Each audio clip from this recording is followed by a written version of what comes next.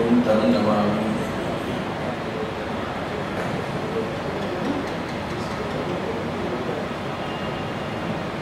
In one of the songs, it comes that Sathguru removes the sense of aham and gives peace. So when we analyze our lives, when we look at our lives, what is it that causes disturbance?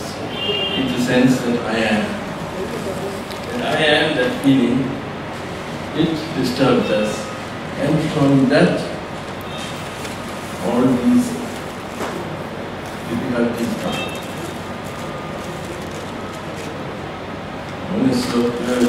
One of the Yoga Sutras of Patanjali, there is one line. Avidya, Asmita, Raga, Dvesha, Abhinivesha, Klesha. These are the sufferings which we have to endure. And these are the causes of the sufferings which we have to endure. Everything is real. So these things disturb our peace, gives us peace. That's why when we are alone, and yet we know we are not totally alone. Go to some lonely place, a beach, a mountain or something, and there is the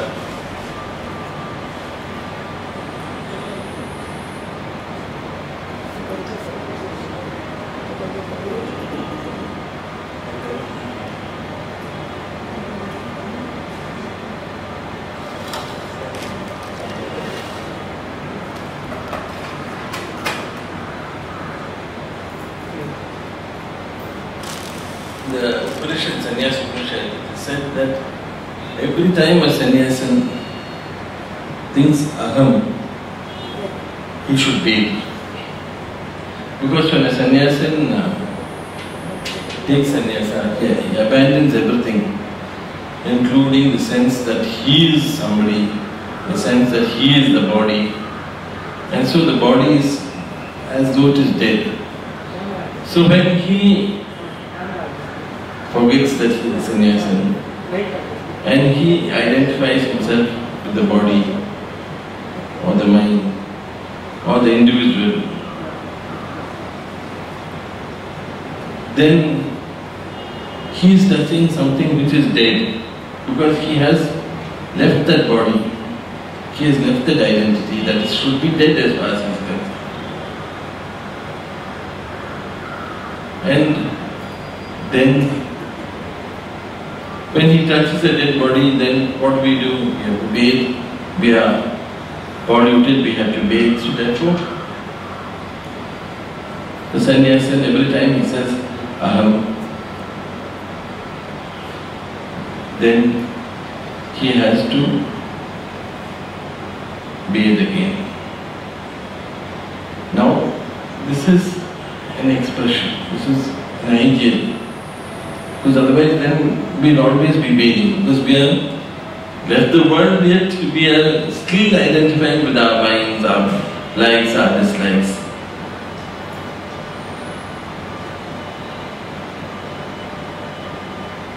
But really this removing of, the poet has written about Sathguru, removing of the ego and giving peace. The more we look at it, how does it come? How do our difficulties come? First is by ignorance. We don't know what is good, what is not good. What at that moment appeals to us, what we think is and what. Many times we think something is in this form, it is in that form, it is like this, it is like that. And then within minutes, we find it's quite different from what we thought it was.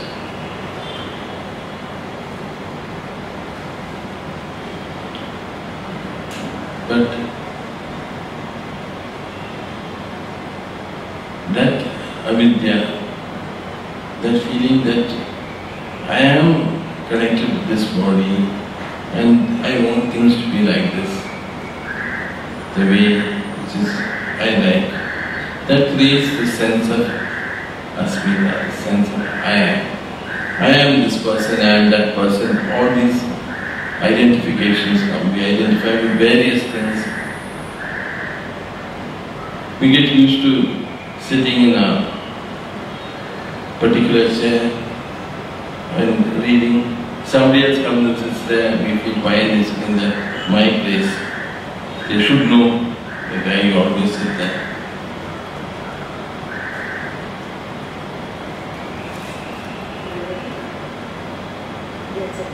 So this sense of I am this person, I am that person, it is strengthened by the next two kleshas, the next two difficulties, raga and dvesha. I don't like this, I like this. So that strongly defines the personality. And the final thing is abhinivesha, clinging to life. Not only the desire to live, but more than that, the desire to live as we are living now, or as we think we should be living. We hold on to that. So that is abhinivesha.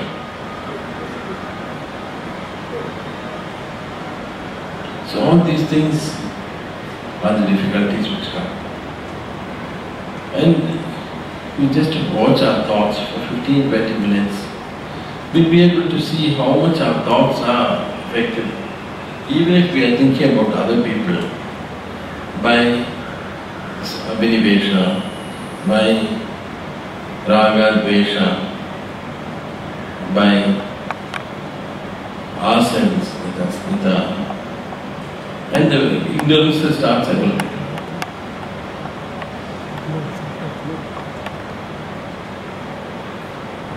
So this sense of I-ness, this ahamkara,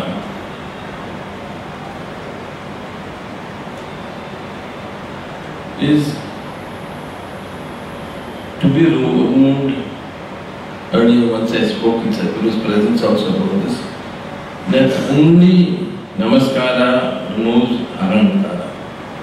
That is surrender, that is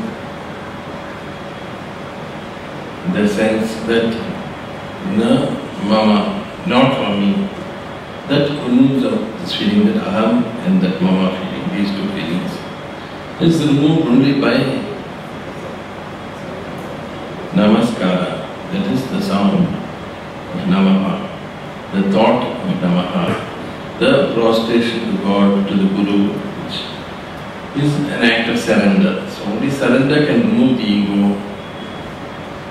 Analysis, all that are parts of surrender and are not complete means on their own. It does not completely remove this ego. Now when I discussed this earlier, and it has been heard by all of the devotees, why am I again coming back to this? This is because it is linked with the last week's talk, this sense of aham, of myself. This, I remember, has been asked many times to Sathguru. My cousin Ravi asked Sathguru, and it was the first question that Suresh asked Sathguru: how do you differentiate between self-respect and egoism? And my cousin Ravi asked, how do you differentiate between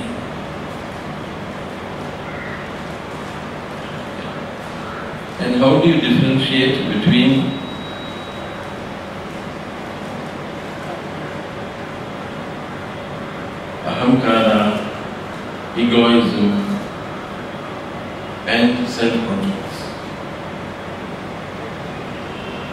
So Aristotle, when he is discussing all these things one by one, he says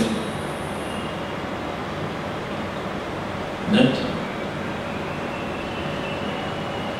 we should have a correct understanding of ourselves. That is what our ego should be. We should be understanding our plus points, understanding our minus points, and be satisfied with that. But that is very rare for a person who knows his plus points, who knows his minus points, to be able to think of it correctly.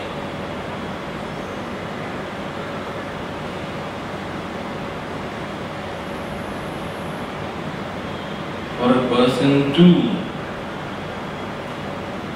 function in the world. We discussed the young lady last week who asked about her husband. Why did Sathguru not help him when he so devoted to Sathguru? And Krishna helped Arjuna when Arjuna did something on his own without asking Krishna.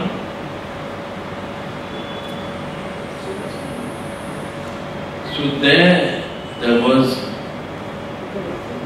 self-confidence in Arjuna. Here that was lacking. Now then you can say everybody has got self-confidence. So many people are there, they are pushy, they are aggressive, they are go-getters, and then is this what God wants from us? God wants us to know our level, our abilities, how we do things, what we can do, what we can't do. To detach ourselves from other people's opinions of us, whether they are plus or minus.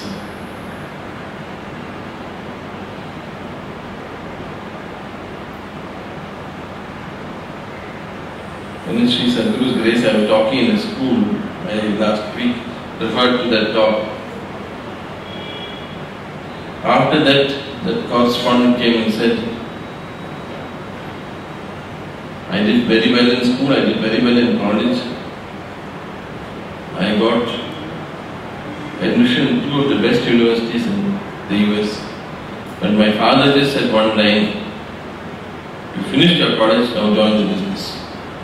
He didn't ask what I wanted or what I could do. I joined the business. Parents don't give children freedom, saying, why did this happen? Because I explained to you. Because your father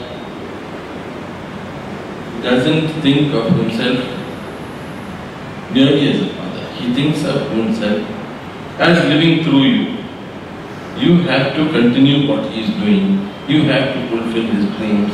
You have to do the things that he would like you to do. So the things that he feels he won't be able to do, you will do it. And through your actions, you ensure that he lives on. So this is another way in which the ego works, extending oneself.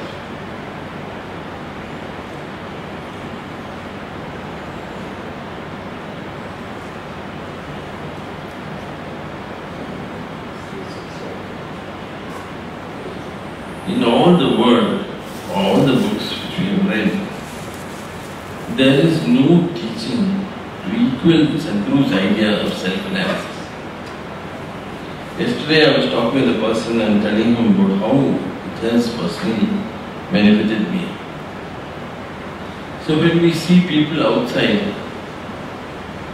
and we see things around, we are seeing it through this prism of ignorance, myself, what I like, what I don't like, and how I would like the world to be. We don't step aside and see how it is. We see them also. But what the Shastras say is, Swadosha Paradosha Vid. Know your own faults, know other people's faults. There is a very nice Upadesha of Sathguru's about that, but I won't take that up now. Maybe it's Sathguru's days later. But now Paradosha Vid, that all of us we do. We all know other people's faults. We are very conscious of it. And we do our best to correct it also. In Swadosha, we don't see it like that.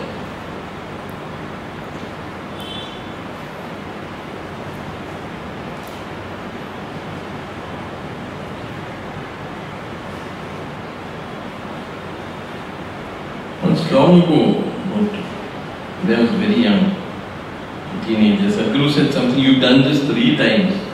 Something wrong, not very major. I could remember only 2. Then afterwards, when I put my mind back, it is 3 times I had done it. So that time only it struck me A person knows the good he does. The bad things which he does, he forgets. Why? He doesn't consider it bad because he did it. When somebody does something, we think he has done something bad. We don't go any further. But when we do it, we know all the reasons because we did it. But we should think like that about other people also. Why? That's what's the meaning, Paradosha. Know what they're doing is wrong and understand why they do it and then leave it off. After that, it's not a burden. And Swadosha is knowing ourselves, knowing how we can do wrong. How do we do that? By Sathguru's idea of self-analysis. That is the most practical way, not only for spiritual life, but also for generally to be happy. The peace that comes when we know why we do things, when we are able to see why we do things, and then automatically it becomes easier to correct ourselves. In the Uddhava Gita, Sri Krishna says, suppose one is in the habit of doing wrong, and we do it, and it's difficult to break off from it, then continue doing it. But in your mind, condemn it when you do it. Feel it's wrong, feel guilty.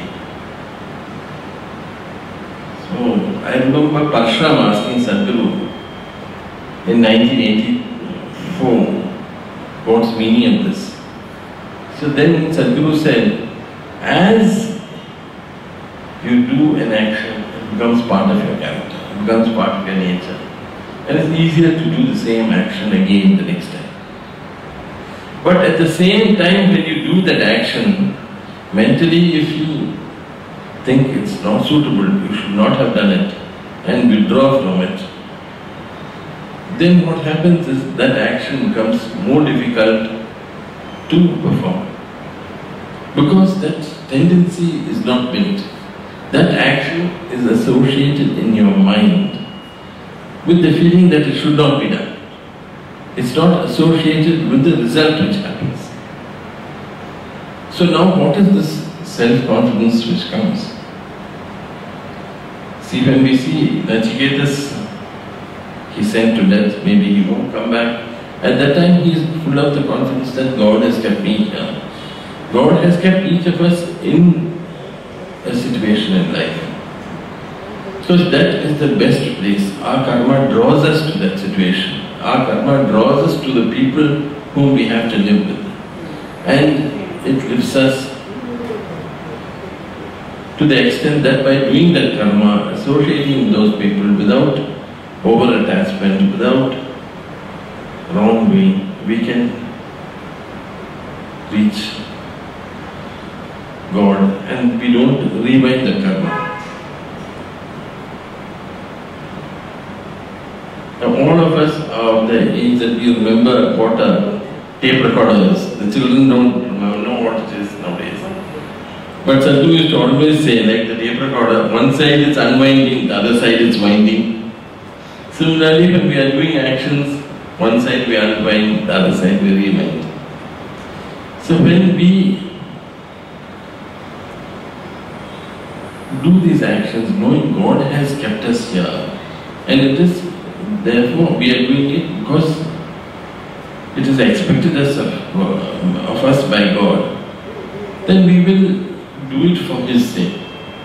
Not very much, because we can't constantly keep in mind that we are doing it for His sake. When we do it, occasionally we remind ourselves. Then that gets into our mind and lifts us up. There is no creation of a fresh set of grooves for us to move into. So, Nachiketas, he says, Among many, I am the first. Among many, I am the middling. I am not the first. What is it that God wants me to do now when I go to see Him? What is it that I have to achieve? So he knows there is a purpose in his life, that God has sent him there for some purpose. And his father has been just an instrument for him to go there. So he doesn't say, everywhere I am first. He says, many places I am in the middle only.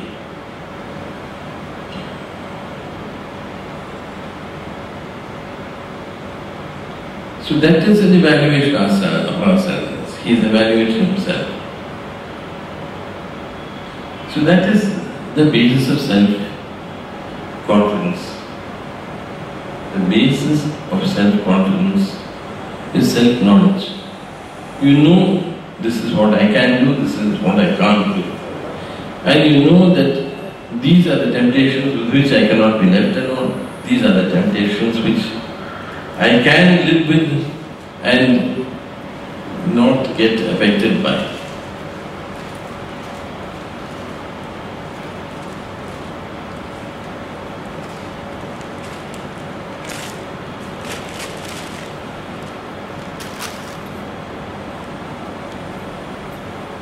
So when one begins to know oneself, that is the beginning of spiritual life. One knows that one can do something, one knows that one can't do something, one knows that this is a difficulty which I will get into, so I should stand away from it. And so we act in the knowledge of ourselves and we seek to do what is the best thing. So we see also this question about Arjuna. On his own he went and challenged that Krishna was disapproving of his act. But his confidence was not based on I am the best in the world. He didn't say I am the best archer in the world. He didn't say I am the best warrior in the world. He didn't say I am the person who can kill Karna for you. I am the person who can kill. He didn't say that. He said, by your grace, Bhagavan, what is that I cannot achieve? So his confidence was based not on himself, but his confidence was based on the fact that he was a patram to receive God's grace. He could receive God's grace. And his confidence took him towards fulfilling God's wish. So because of that, Krishna was able to step in. While with this young lady's husband, he was conscious that he is the actor. He thought, I am the instrument. I am doing it. So therefore he did not have that confidence.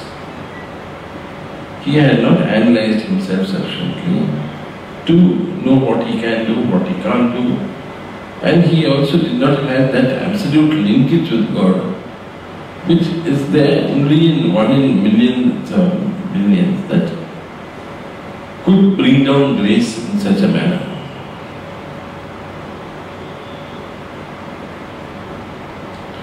So when we analyze ourselves and we know what we've done, then it becomes easier. And as we proceed, we are able to shut off those reactions when we want. So it becomes like how Napoleon Bonaparte used to say, when I think of something, I think of it with my whole mind. I think of it as a huge cupboard with lots of shelves. In this, I think, in this shelf I have this matter, in that shelf I have that matter. So when I am thinking of that matter, I close the other shelves and I think only of that. And When I go to sleep, I close the whole cupboard. We are not able to do that. When we go to sleep, we don't close. Some shelves are there, some ideas are coming, some hopes are coming, some wishes are coming, some desires are coming, fears are coming. So, what happens is that we sleep with those thoughts in our mind. When we sleep with those thoughts in our mind, in the swapna state, we are linked with it. And so, bondage is renewed. Bondage happens again and again. But then, how can we be ordinary people? How can we not think of worldly things? We live in the world. How can we not think of worldly things? So the thing is to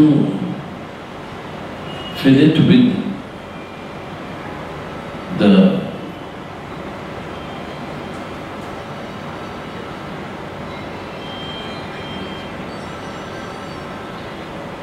so then what we do is we link it to God. So we say our mantra when we sleep, the mind goes off.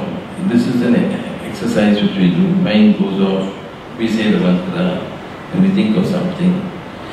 90% of the time we think of something and 10% we say the mantra. But that groove is created, that linkage is created. And what happens, the quality of sleep is much, much higher. Similarly, as we go on in life, like the poet said, when we remove that ego, which has all these bases, there is a lot of place. We have a lot of time, because otherwise we are worrying with things. So we have a lot of time. And because we are thinking of so many things, we are chasing so many ideas, we are engaging in so many activities, that also comes down, we become peaceful. That is how, by the thought of God entering into us, He slowly comes in as a small Vamana. He grows and occupies the whole place, and then only He is there. For that we have to make place for Him to come. For that we have to be like Mahabali, willing to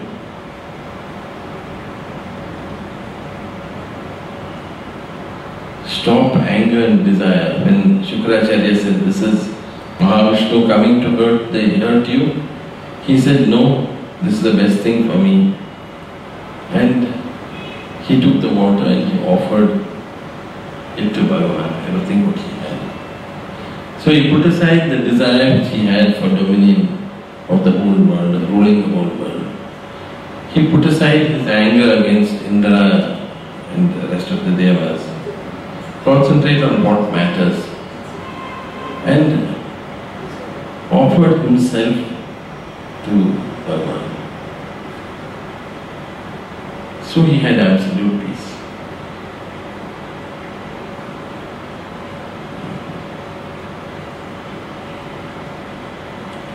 Now the other matter which we spoke about last week, we'll be able to just do, not consider it in detail, but a little more than what we did last time. So Durga Devi blessing Arjuna, telling him that his victory was certain because he was associated with Sri Krishna. So it's happening to us, the good things happen to us because of our association with God and Guru. When we understand that, then the egos don't arise. We are more understanding of other people who are not so lucky, and we know that they will also be lucky in their time. So Durga Devi describes two sets of characteristics. Yatra dharmo dyuti kanti, yatra hri shri tada matihi.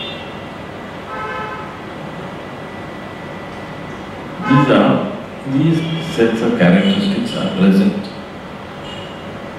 where Krishna, yatra dharmo dyuti kanti, yatra, that is where dharma dyuti kanti, yatra hri shri tadamatihi,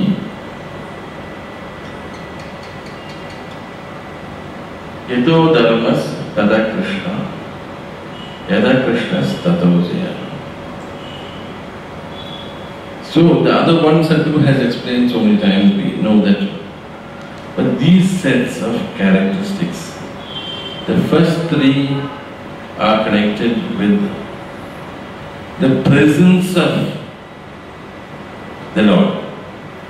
When He is present there, what happens? The second are the qualities which make Him present.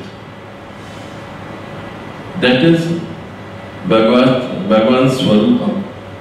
This is the Gnana aspect of Bhagavan, which comes with knowledge. So we make these three, the second three, present in our lives with knowledge.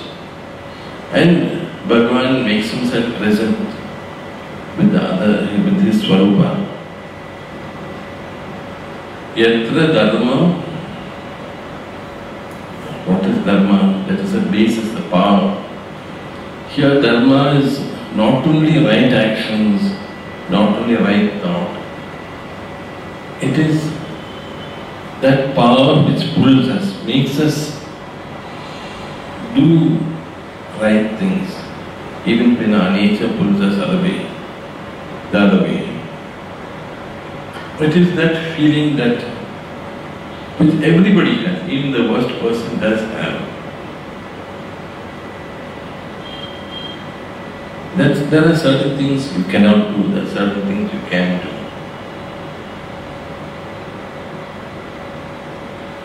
So everybody has a set of principles. They are not what we consider the best principles. They are not what other people would agree with, but it's what they believe in. It's what they guide themselves. Dharaya iti dharma. It bears their lives. The idea of dharma bears their lives. But in its other aspect of Shakti, power, dharma is what makes our lives meaningful, makes our lives safe. It helps lift us up. See, all the stories we hear, children, fairy tales, all these things, in the end the good will win, in the end the bad will lose. Books, stories, everything. Otherwise, the book is described as a tragedy. Why? Because dharma doesn't win. They don't think of it like that. But that's how it is. So, dharma is what is felt. When there's a great, powerful being, then people are inspired to be dharmic, whatever may happen. Now, this question is that so much of adharma happened in the Pandava, Kaurava war. And people like Sarasvathi also, who had devoted to Sri Krishna, at times they did things which were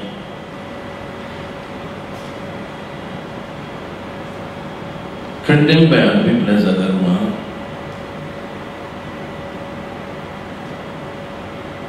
For that, we must say is that these people did these acts acts of dharma or dharma, thinking it was the right thing, that's one thing. The second is that because of the presence of Sri Bhagavan there, they did not do worse things.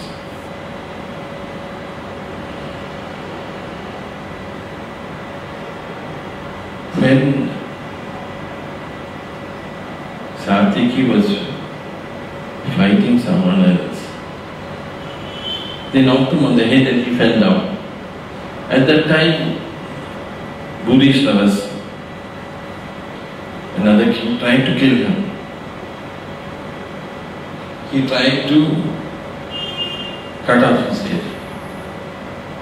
At that time, Krishna pointed out to Arjuna, look, see what's happening there. Arjuna, he saw that, and he saw that it was a fight between Satyaki and Bhurislavas. How can he get involved? The thought which would come, it should be a single fight between them. How can somebody else get involved?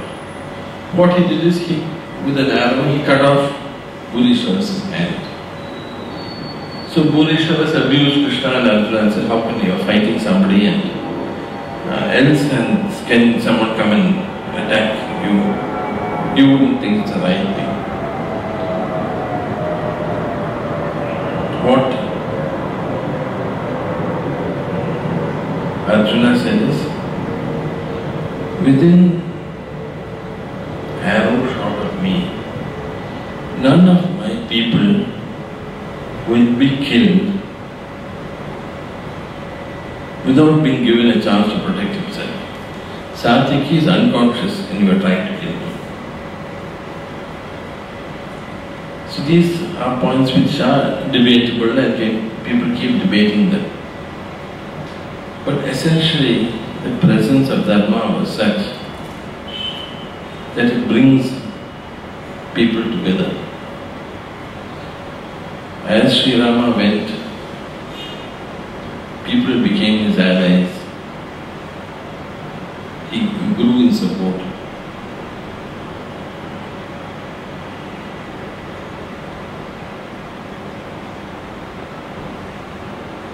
So we see this is the power that protects the world, that uplifts the world, that keeps the world running.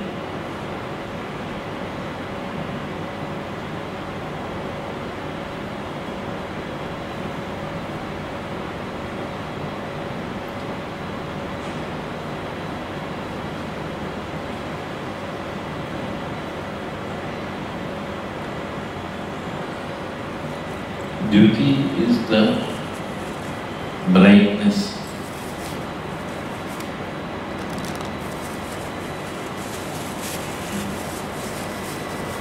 The light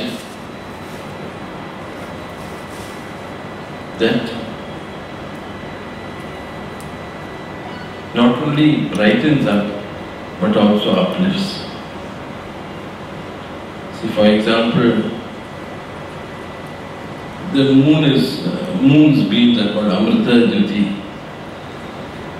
The brightness that from the moon's beams that come to us, soothing, calming, and also it helps the growth of vegetation, though that is something which people know, everyone doesn't accept. But traditionally, the moonlight helps vegetation to grow.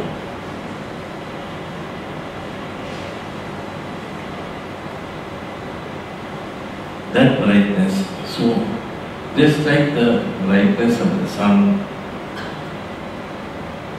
makes the whole place, the whole world visible to us, similarly,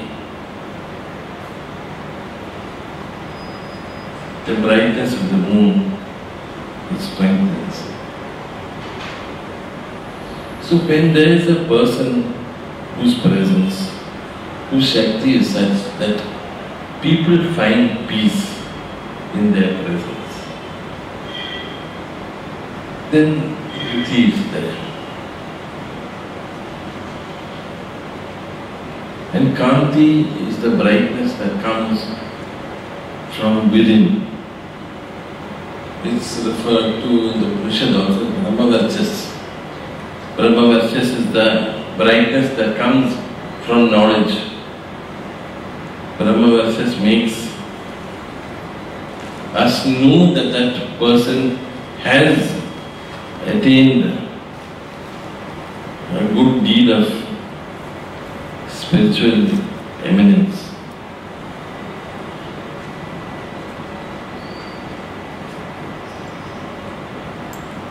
So we see in the story of Satyakama Javana that when he was in the forest, when he got knowledge by sources, from various beings. When he came back, his Guru said, your face is shining like with Brahmavarchas.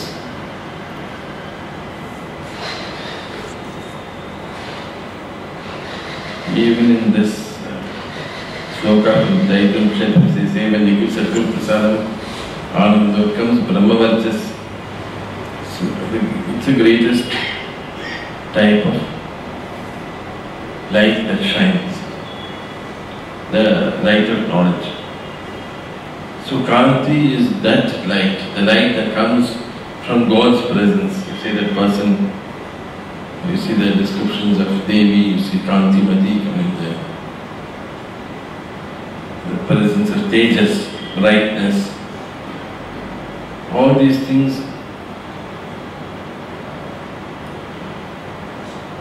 are of the Swarupam of Bhagavan. It is something which comes out of him, which are there in him and those of his servants whom he allows us to see it in. For all those people this exists.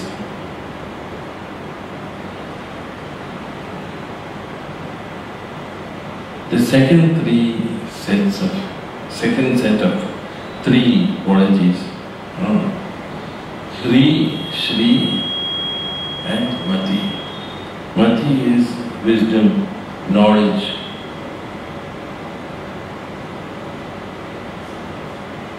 Thinking,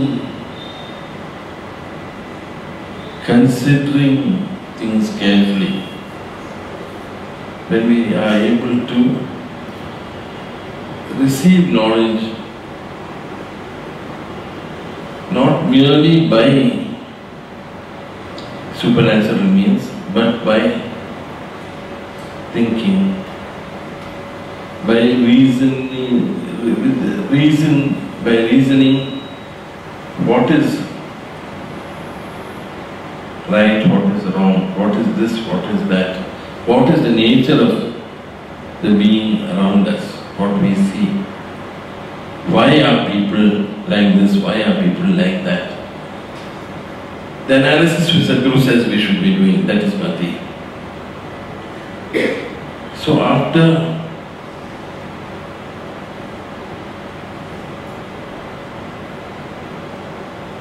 that's why in the Upanishad, Upanishad is said, having analyzed all the world, everything around him, a Brahmana should seek to become as a child.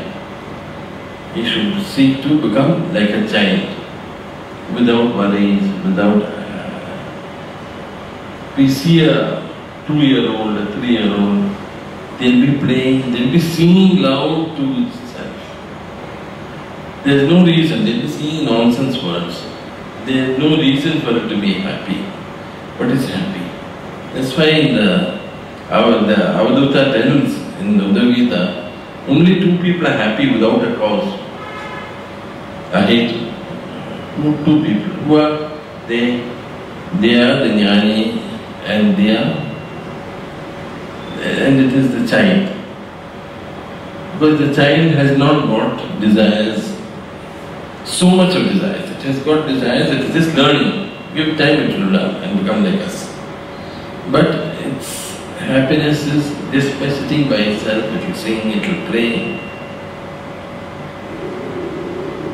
And the Gnani has not got all these 5 difficulties which I mentioned earlier. So he has a lot of time. And his mind is not cluttered, so he is also happy. The cluttered mind doesn't allow us to be happy.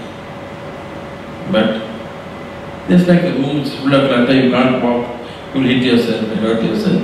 Like that, the mind is cluttered, it doesn't allow happiness.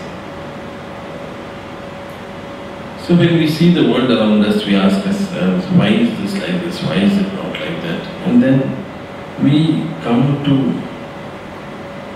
conclusions about people, about actions, about anything after thinking.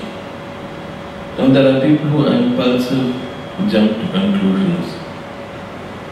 They are still in the instinctual stage. They are still like animals. Like the animal with instinct moves forward. But the person who is a sadhaka, his intuition may tell him things, but that is all backed up by his mind, by his heart. He knows what is right, he knows why it happens, he knows what happens. And so his intuition takes him to the correct place. So this mati is something which we have to cultivate. Yama also tells us this. Knowledge is something which is contemplated upon, cogitated upon, and then only you get it. And then after that, or rather before that, we see free modesty.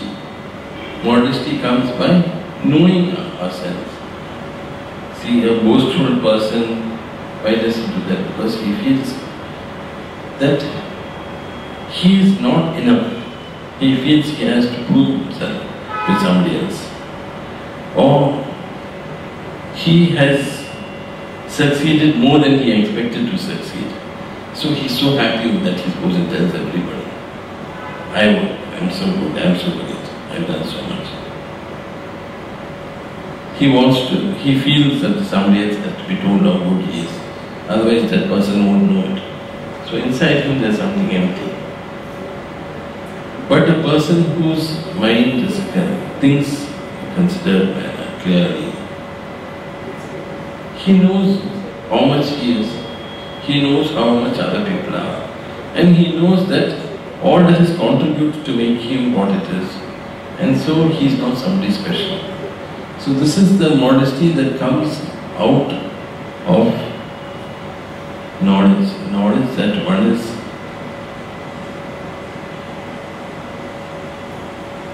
what one is, and not anything more than that. Shri is the presence of the Devi in our lives, of Goddess Lakshmi in our lives.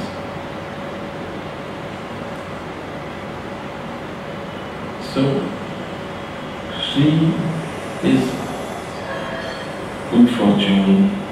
It cannot be said. So many oceans of words are needed to describe what is exactly Shri, what is a presence. As far as possessions is concerned, it is having everything that we reasonably need and some more to give. That's what Sathguru said.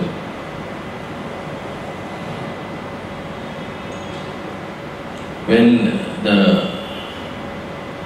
Rishi Nilakanta was writing his Bhashya on Mahabharata, he commented on every line he commented upon. But when he came to Bhagavad Gita, he said, I am not commenting, please read Shankara's Bhashya, he said. So similarly about the presence of Sri Devi in our lives, the best thing would be to read what Sathguru wrote about it. But I'll make some small items from what I've heard from Sathguru. Orderliness. See, all that comes from a considered mind. We keep things in an orderly manner. There is less loss. We look after things well. there is less loss. We don't get excited and overwhelmed with circumstances. So they say, more haste, less speed. Similarly, when we think and act, when we think of other people and act, then we are able to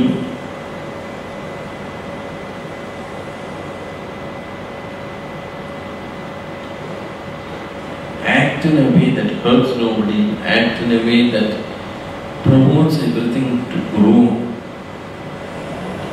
and then we feel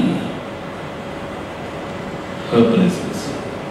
So, yatra dharmo duti kantihi swarupam Sri Bhagavan. Dharma, the brightness that does not hurt, but see, for example, when we work with somebody who is very brilliant,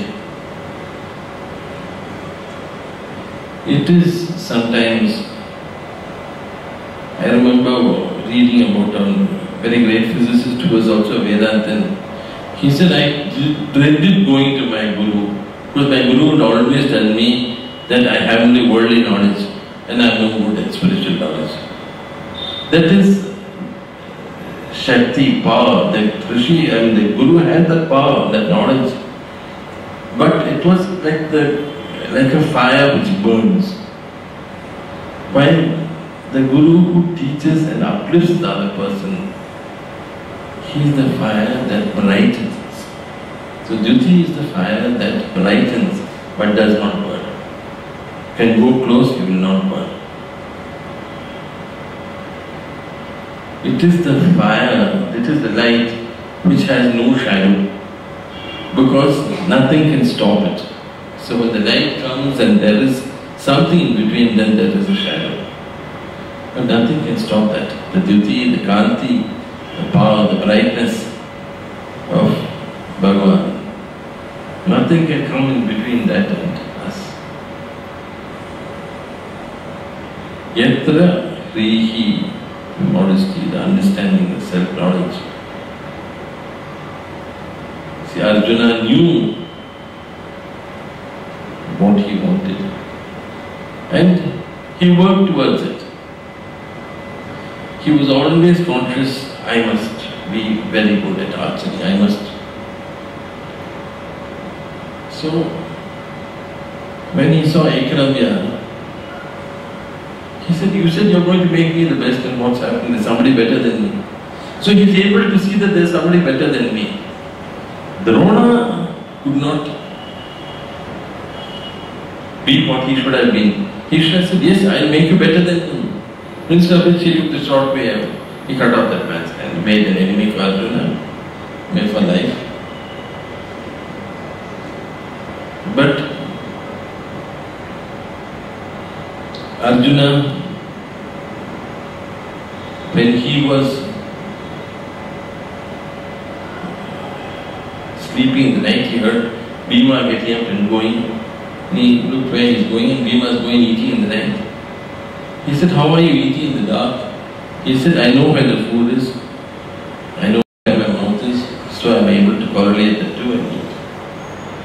So then Arjuna said, I should know where my arrow is. I should know where the target is, and in the night I should be able to shoot. When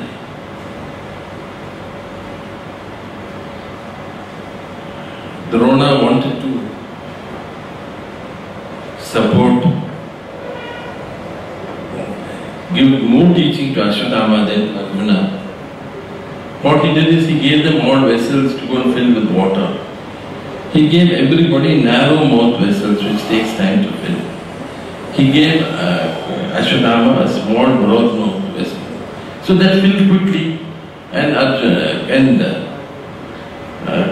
Ashwatthama would, he thought, reach first. And so he would give him more teaching because he came first, so then he had more time. But Arjuna, with his knowledge, he used the Varuna Astra, and he filled up the pot with water, and he was there, and so he learned equally with Ashwatthama. So he did not stand and fight, saying, "Give me also a broad-mouthed vessel." He worked on the situation and did his best. He did not say, "Look at this fellow eating in the night, I am going to sleep." And he saw how that knowledge could be applied in his life, how that knowledge could be used for himself.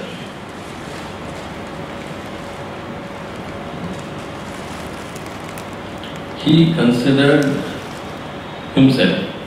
He didn't consider everybody else. So because of that, he had two things. He saw himself and his goal. He reached. Other people, they have so many things, so they get pulled in so many directions. Where do they reach? That they even don't know. Yatra Hrihi, knowledge of oneself, Shri, presence of God due to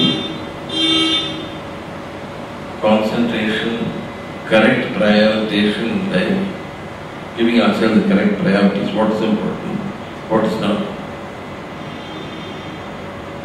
And how does that come through Mati?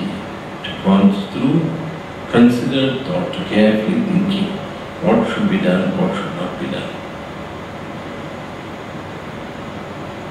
Then, Yato Dharmas Tata Krishna. From when all these things are there and Dharma grows, good people flourish. And then Krishna will be there. Now, how can you say good people flourish? All the Pandavas were suffering. They had 7 out of 18 parts of the troops only. There were more people with Duryodhana. But they flourished in the sense that they were happier and they won. Now I told Sathguru, what did the Pandavas have? They had only Dharma when they won. Sathguru said, that is enough. That is more than enough.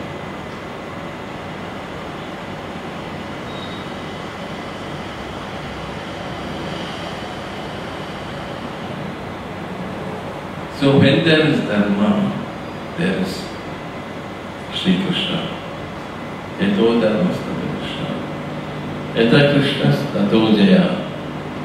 So then victory, success, all that comes in smaller ways to us, in greater ways to greater people.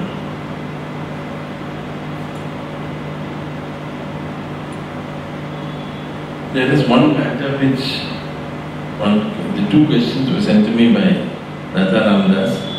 I'll take the second one now, the first one will require more time. She says, what does one do on the bills, on the bags which we get? There are pictures of gods. We are not able to keep it in the puja room or do anything. Now this is a very regrettable thing, putting God's name on their bags to promote their business.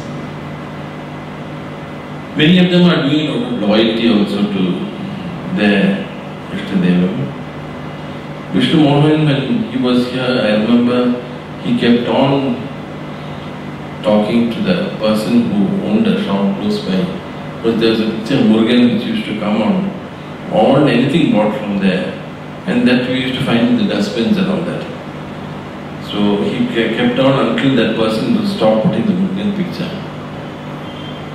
So like that, we could ask them, but most likely we can't.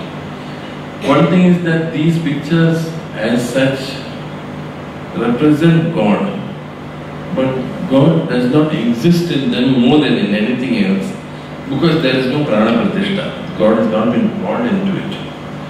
So the thing is that if it's on a bill, we try not to staple over it. We put them, keep them respectfully. And that's all we can do. Put it in the sea when it's possible. Luckily now all the bags are eco-friendly, so we put it in the sea also, so there won't be a problem. But that's about all we can do our best, but these are things which are not in our hands. Just do what we can and pray to Sathguru. Shri Sathguru Arpanamastu.